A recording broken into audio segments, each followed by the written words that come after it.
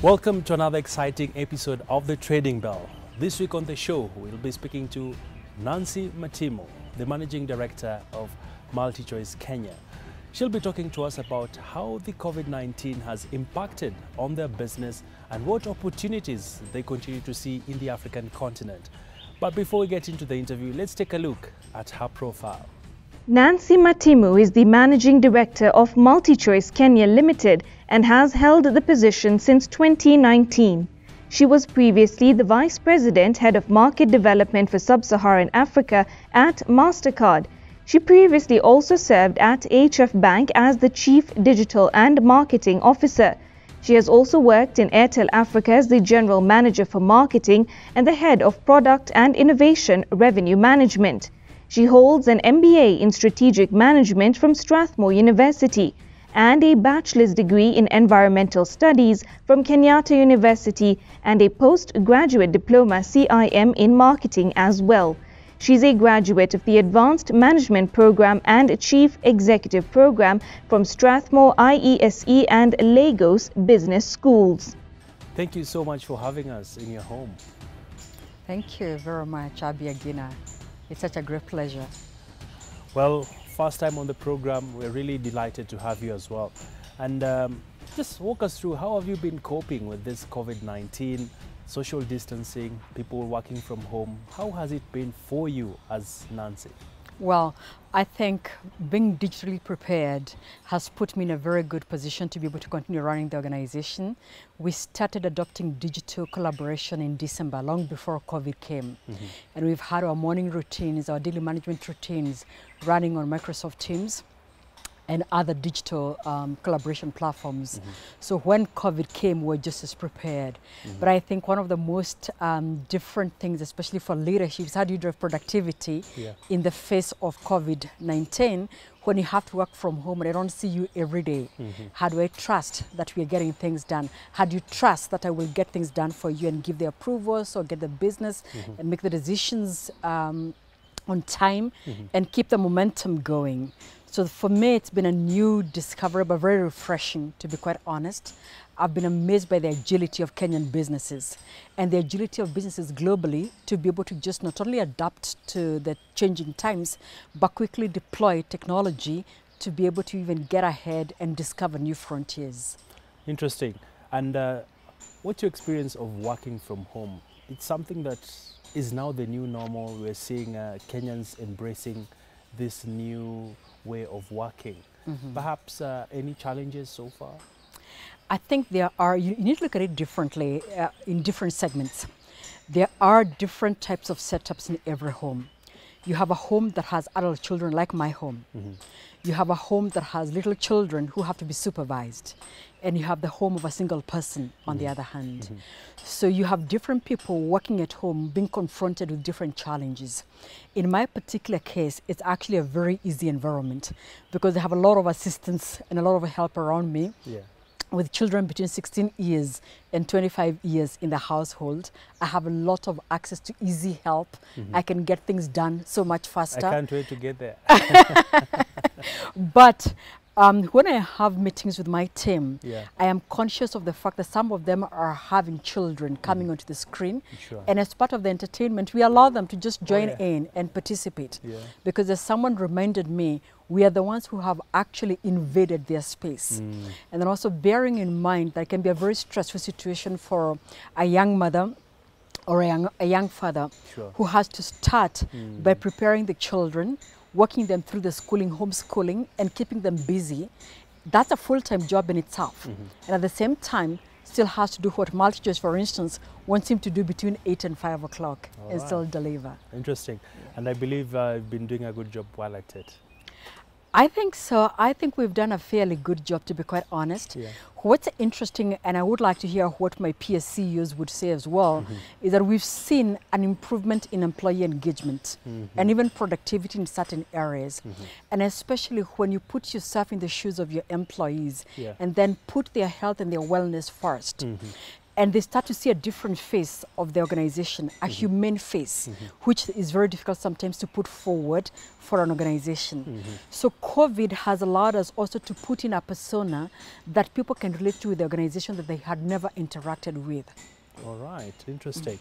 And a lot about coping and how you've been literally handling business from home. Let's now talk more about the business itself. Multichoice Group is a listed company in South Africa, in the Johannesburg Stock Exchange. And just walk us through your operations in Kenya and in Africa. Okay, so we operate across multiple countries, over 40 countries in Kenya, in Africa. And we're currently servicing actively over upwards of 19 million households that are watching content, video entertainment on different platforms. What we do best is actually to aggregate content that brings you timely news, to keep you informed, but we also ensure that we give you content that gives you peace of mind. So when you look at what we actually stand for, our brand purpose is enriching lives. How do we enrich lives? We believe that the human being of today is on the quest of information.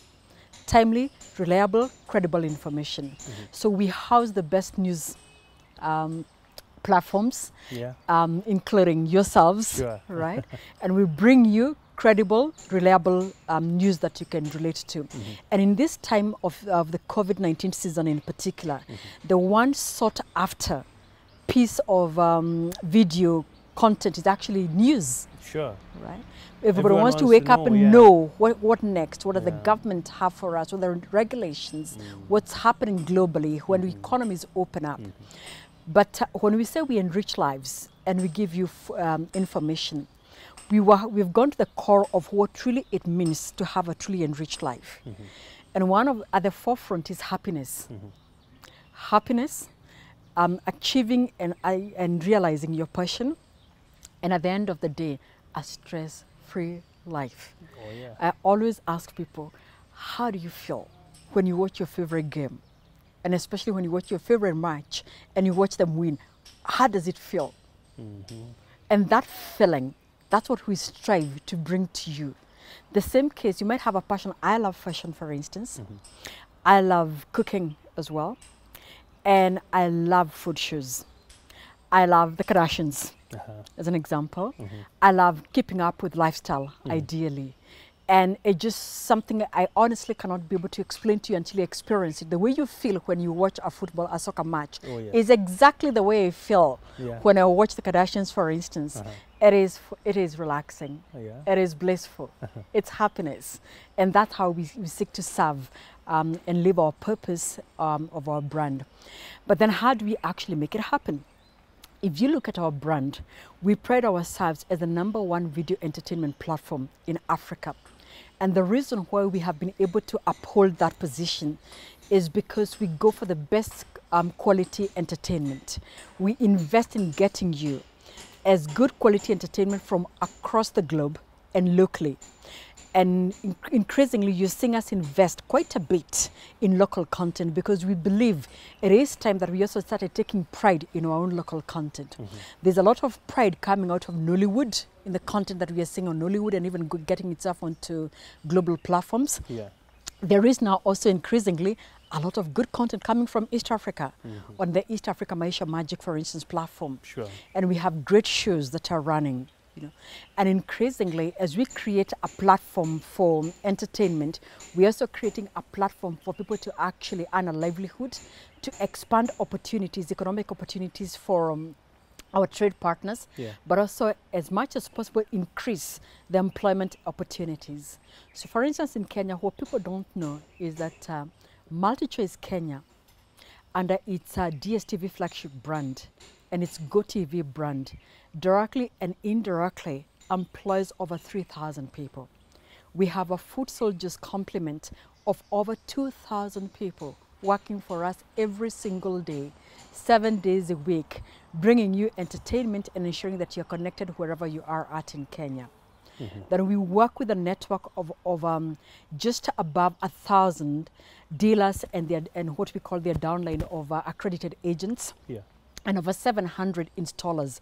Increasingly, we don't just exist to deliver profits for our shareholders, we are an active partner in developing the economies in the countries that we operate in and in Kenya. And to that end, I'd like to say that we are actually very privileged to work very closely with the ministry, and especially work with the Kenya Film Board, and as well as the Kenya Film Classification Board as well, the Kenya Film Commission, and various other partners, including even the Kenya Broadcasting Corporation, who are the government-owned broadcasting house.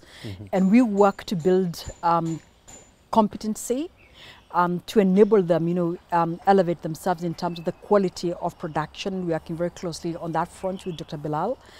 But we also pride ourselves in taking an active role in not just the everyday thing that you see us doing, but for instance, we have the Multichoice Talent Factory, and then I mentioned that we have production houses locally through Mnet, which is also one of our brands, and a Multichoice, under which we actually produce the Maisha Magic Show. All right. Now there is a village somewhere in Limuru, somewhere in Kenya, called the Nderi Village. And we have literally transformed that village because it is now a filming village, so to say. Wow. A place that possibly had almost nothing. We get all the materials for the sets that we create, we get it locally. It is built by the locals, and we have gotten a good part of the, you'd call them, props and the team that supports the cast from the village. Wow. So we've actually made an impact, a social impact in that specific village. All and maybe sometime we can feature Nderi Village in the future. Definitely. Yeah. Quite a interesting cocktail of what you do as a company. I'm keen to find out from you, how have business operations been affected with the lockdowns that we've seen in quite a number of African countries? And did we see a drop in business? Did we see a spike? Perhaps paint for us the picture. Okay. It depends on the business that you are in. We are in the business of video entertainment served through digital platforms. The good news is that lockdown or no lockdown, you will still get your content wherever you are at. Sure. However, we have had some challenges with lockdowns because, for instance, when you have the pubs and clubs closed and the bars closed, that is a substantial part of our business, as you know. A lot of people and revelers love to go and watch content and watch their favorite matches in a pub setting. With their friends. With their friends. I'm told that the drink tastes better in the pub. Yeah. The game feels better in the pub. Oh, yes. And I'm also told I can attest to that. You can attest to that. And I'm also told the timing also matters. In the night. Yeah. It's even better. Right. So when we've had the lockdown and the curfew, it's meant that that part of our business has been affected. Sure. But on the flip side, we've also seen a growth in our residential business, which is very encouraging. We've also had interruptions in the physical way of the way we execute our business, because to sell and deliver equipment, we have to deliver to you physically. Sure. But that has forced us to innovate very quickly and deploy our telesales platform. You can dial *423# and select buy to buy DSTV or GoTV and have it delivered at your doorstep without having to leave your house whatsoever.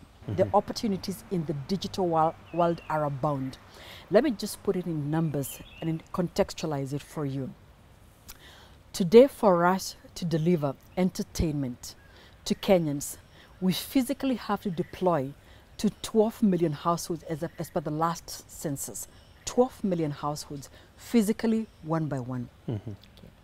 In the digital age, with our Showmax brand and our DSTV Now brand that you can access through dstvnow.com, you can just type www.dstvnow.com, and from the comfort of your home in front of your smart TV or on your smartphone, you have access to great entertainment. What does that tell you? That at the same time, it would have taken me to deploy to 12 million households, possibly over years, can be crushed overnight, and I can deliver video entertainment overnight to 8 million active, social media active smartphones in the country. If you open your eyes, you will see the opportunity.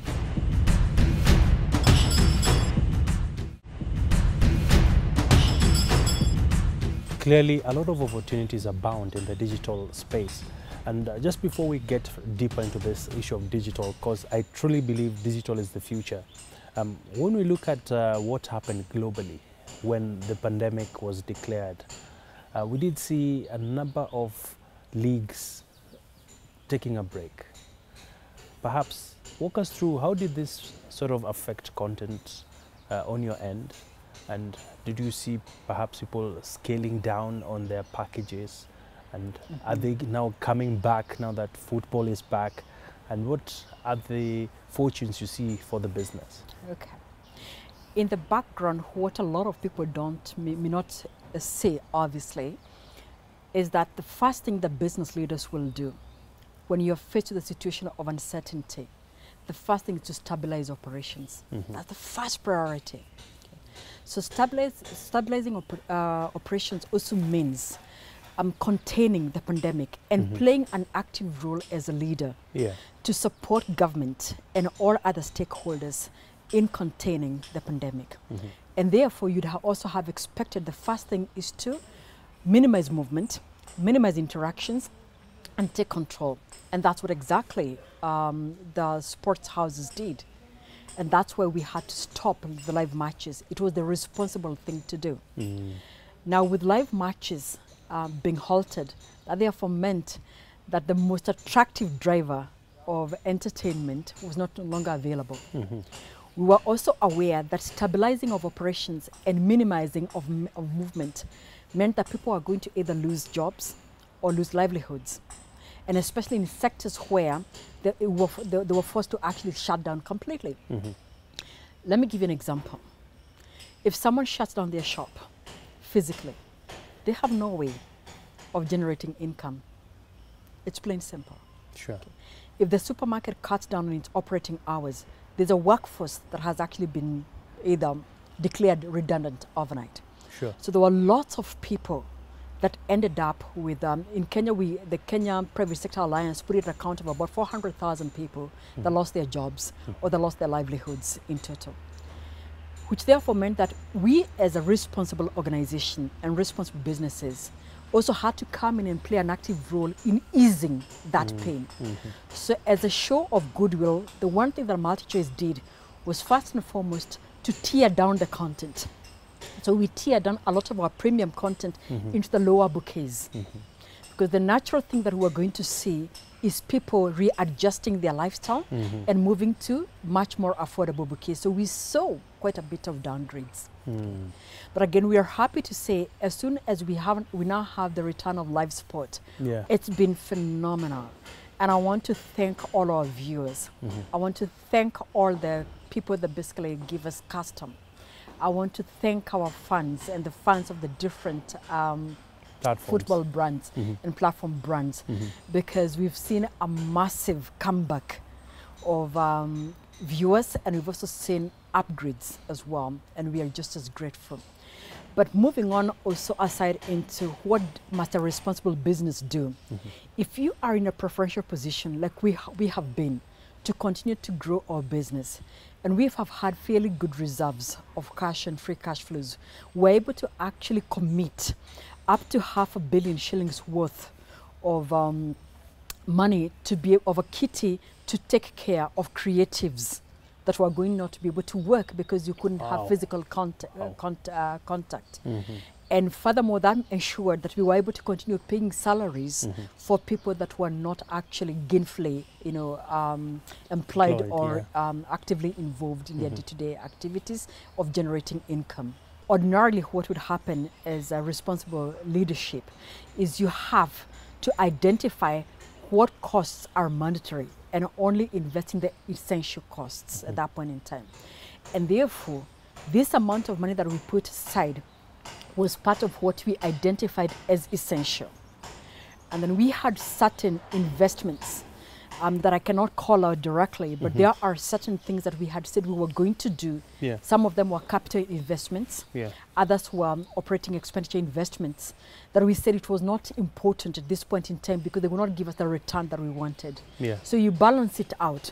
You defer some investments and then you bring forward and take care of essential costs. All right. Interesting. And let's get back to the digital conversation. A lot of companies have really embraced digital, from the Netflixes of this world to DSTV as well. What is in the pipeline, especially with the disruption that the digital wave has left in its wake?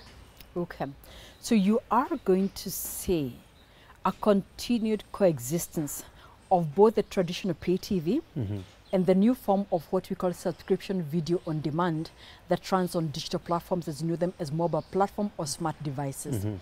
And the reason why that is so is that the cost of internet continues to be prohibitive for many. Yeah. And therefore, our direct-to-home and our digital terrestrial connectivity that gives you services on GoTV, for which you don't pay ideally for the internet or the platform to transmit, and you're paying only for the content ideally, simply put, will continue to coexist.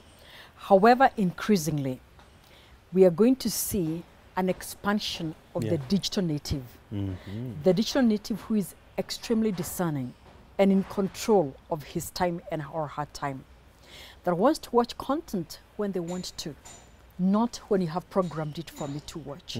So a lot more of it is how are we reinventing ourselves to ensure that the design in terms of the user experience, the customer experience, the flexibility for me to be able to watch content when I want, the interface that allows me to choose the content that I want. So you're going to see a lot of innovation around that.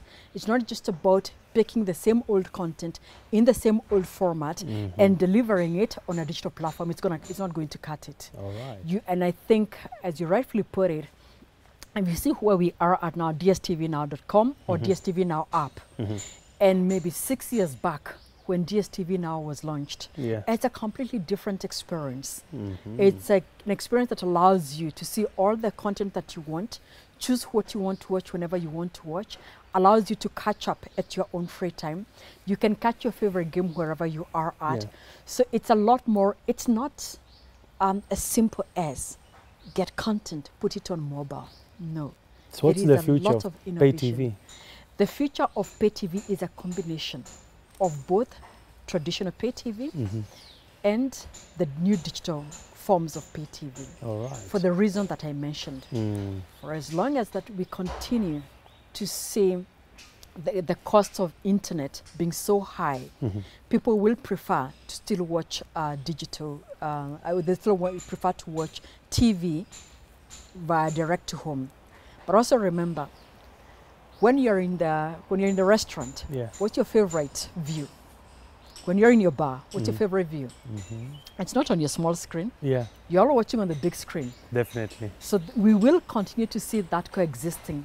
And again, just to share with you some of the statistics, in the US and North America, where we've had a very high penetration of the equivalent of subscription video on demand like DSTV Now, we are actually seeing only 30% of households completely replacing and moving to a subscription video on demand platform only. And those are really the smart homes. And we still have a journey to go. So we are preparing for both tracks. And we shall continue to deliver. So the Kenyans who are possibly listening to me and the Africans who are listening and watching now, do not be worried that we shall move off and just forget that we have somebody somewhere maybe in Marala who doesn't have access to great broadband, that will still want to continue to watch great video entertainment direct home via satellite. All right. And as we wrap up, Madam Nancy, what does the future hold, especially when it comes to opportunities to also list in the Kenyan Stock Exchange? Are there any plans that probably might be in the pipeline? Is it something you've been thinking about as the leadership of the organization as we wrap up? All right. So I'd like to say you've seen us take our first leap, which is listing at the Johannesburg Stock Exchange. And as Multichoice Group, we are headquartered in South Africa. So that's a good sign of things to come. Whereas I cannot give any details in terms of the specific plans to list, I can tell you that the journey of listing and running as a publicly owned company, and also, of course, complement with private investments, and therefore upholding itself to effective corporate governance to run a solid organization are very much in place. So I cannot share any details, but I can tell you that, again, the NSC is a very good friend of the JSC, and is a good friend of the LSC. So I think overall, when you look at our position in Africa, it's Nigeria, Tanzania, Uganda, and now Kenya, it is quite telling the direction that overall the group is taking as far as listing and evolving our maturity into a well-run, corporate, properly governed organization. All right. With future prospects for growth. Quite a heavy future you foresee for the company. Yeah. All right. Thank you so much, Madam Nancy, for your time. Thank you. And I just want to get your parting shot. Many people have been saying they've learned a thing or two during this COVID period. I, for one, have been able to improve on my culinary skills. I don't know, what's that one thing that you look back and say got out of COVID? I think for me, it's the art of multitasking. Refining the multitasking act and being able to move into virtual rooms and out of into another virtual room. Yeah. Without feeling the pressure, and remaining productive. I agree. And changing my mindset, you know. And I think it's amazing how the power of the mind can be such a great tool that we sometimes ignore. So I had to apply myself at a much higher level, apply the power of my mind, the power of the spirit, because the physical energy that I used so much every other day was not as important, and a lot more, So I think that's the one thing I have learned. I am currently taking a course at a corporate education in a great university, and have done it virtually. And it's amazing how we go in and out of virtual breakout rooms and syndicate rooms. And I think anything is possible in the digital world today. Virtually everything that you can think about, things that you have postponed, you can do them today. Sure. So right now I tell people there's no excuse. You've been postponing something, there's absolutely no excuse, we can get it done. Time to execute. Absolutely.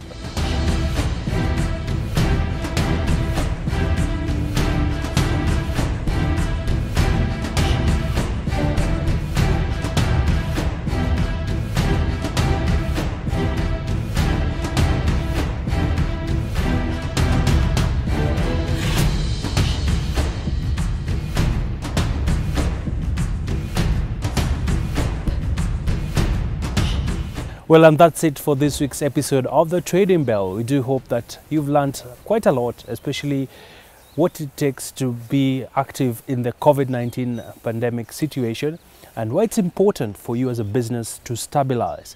Well, on behalf of the entire team, we say bye-bye for now. Remember to always engage with us on our social media platforms appearing at the bottom end of the screen. And we definitely do urge you to continue keeping safe, wash your hands, sanitize, and social distance. See you next time. Bye-bye.